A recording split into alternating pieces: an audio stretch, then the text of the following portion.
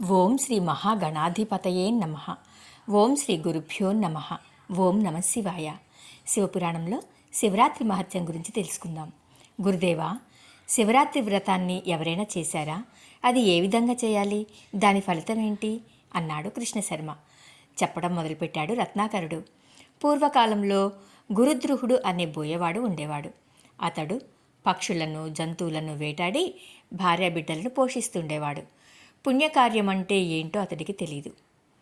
ఒక రోజున ఆ బోయేవాడు వేటకు బయలుదేరాడు. ఆ రోజు మహాశివరాత్రి. అతడి భార్యాబిడ్డలో ఆకలి బాధతో అలమటిస్తున్నారు. తాను వేటాడితే గాని వారి ఆకలి తీరదు. అందుకని వేటకు బయలుదేరాడు బోయేవాడు. అదేం విచిత్రమో, ఆ రోజు ఒక్క జంతువు కానీ ఒక్క పక్షి కానీ దొరకలేదు. ఏం చేయాలో పాలుపోలేదు వేటగాడికి. ఏమైనా అడవంతా తిరుగుతున్నాడు. సాయంత్రం అయింది. దూరంగా ఒక సెలయేరు కనిపిస్తోంది. రాత్రిపూట నీరు త్రాగటానికి జంతువులు అక్కడికి వస్తాయి. వాటిని వేటాడి ఇంటికి తీసుకుపోవచ్చు. ఇలా ఆలోచించి తన దగ్గర ఉన్న సొరకాయ బుర్రలో నీరు నింపుకొని ఏటి దగ్గర ఉన్న చెట్టుపైకి ఎక్కి కూర్చున్నాడు. అది ఒక బిల్వ వృక్షం. రాత్రి మొదటి జాములో ఒక ఆడజింక నీరు త్రాగటానికి వచ్చింది. చూశాడు బోయేవాడు. ఆ జింకను వేటాడటానికి బాణం వెయ్యాలనుకుని చేత్తో బాణం తీసుకుంటున్నాడు. ఆ సమయంలో సొరకాయ బుర్రలోని నీరు కొంతవలికి క్రింద పడింది. చేతికి తగిలి చెట్టు ఆకులు 2 క్రింద పడ్డాయి. అవి చెట్టు క్రింద ఉన్న శివలింగం మీద పడ్డాయి. తనను చంపటానికి ప్రయత్నిస్తున్న వేటగాడితో ఆ జింక,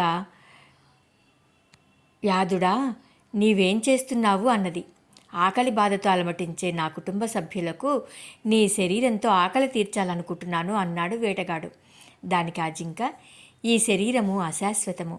ఇవాళ కాకపోతే రేపైనా పోయేదే. నేను చచ్చిపోయే ముందు కొంతమందికి ఆకలి తీర్చడం నా భాగ్యంగా భావిస్తున్నాను. ఇంటి దగ్గర నా భర్త, పిల్లలు, సవితి ఉన్నారు. వెళ్ళి వాళ్లకు చెప్పిన వెంటనే వచ్చేస్తాను. నన్ను నమ్ము అన్నది. సరేనన్నాడు వేటగాడు. కొంత సమయం గడిచింది.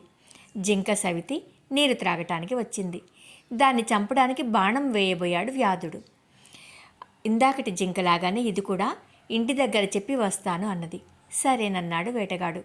అతని చెయ్యి తగిలి 2 ఆకులు, కాసింత నీరు క్రింద పడ్డాయి. అది 2వ జాము. తన భార్యలు ఇంకా రాలేదు. ఎందుకని అని విచారిస్తూ మగ జింక ఏటి దగ్గరకు వచ్చింది. దాన్ని చంపబోయాడు కిరాతకుడు. ఇందాకటి జింకల మల్లేనే ఇది కూడా ఇంటి దగ్గర చెప్పి వచ్చి నీకు ఆహారం అవుతాను అన్నది. సరే అన్నాడు వేటగాడు. అతని చెయ్యి తగిలి 2 ఆకులు, కాసింత నీరు మళ్ళీ క్రింద పడ్డాయి. అది 3వ జాము. మగజింక ఇంటికి వెళ్ళింది.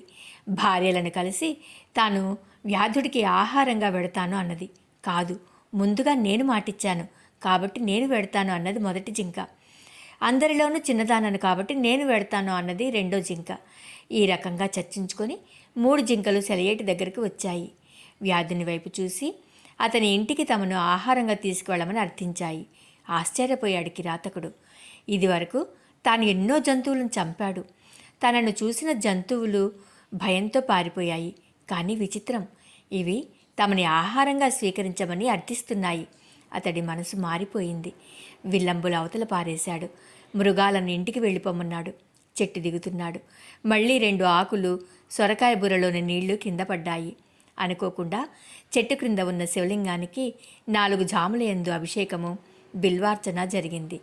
ఈశ్వరుడు ప్రసన్నుడై వేటగాడితో, వత్స, నువ్వు గుహుడనే పేరుతో శృంగభేరిపురాన్ని పాలించు, సమస్త భోగాలు అనుభవించు, శ్రీరామచంద్రునికి ఆతిథ్యమిచ్చి తరువాత కైలాసం చేరతావని చెప్పి అంతర్ధానమయ్యాడు. కాబట్టి తెలిసి గాని తెలియక గాని శివరాత్రి నాడు శివలింగానికి అభిషేకం చేస్తే విశేష ఫలితం వస్తుంది. ప్రతి మాసంలోనూ అష్టమి, సోమవారం, బహుళ చతుర్దశి శివునికి అత్యంత ప్రీతిపాత్రమైనవి. మాఘ బహుళ చతుర్దశి శివరాత్రి, మహాశివరాత్రి. ఆ రోజంతా ఉపవాసం ఉండి రాత్రంతా జాగారం చేసి ఈశ్వరునికి అభిషేకము, బిల్వాలతో పూజ చేసిన వాడికి కైలాసం ప్రాప్తిస్తుంది అన్నాడు రత్నాకరుడు. ఓం నమ శివాయ.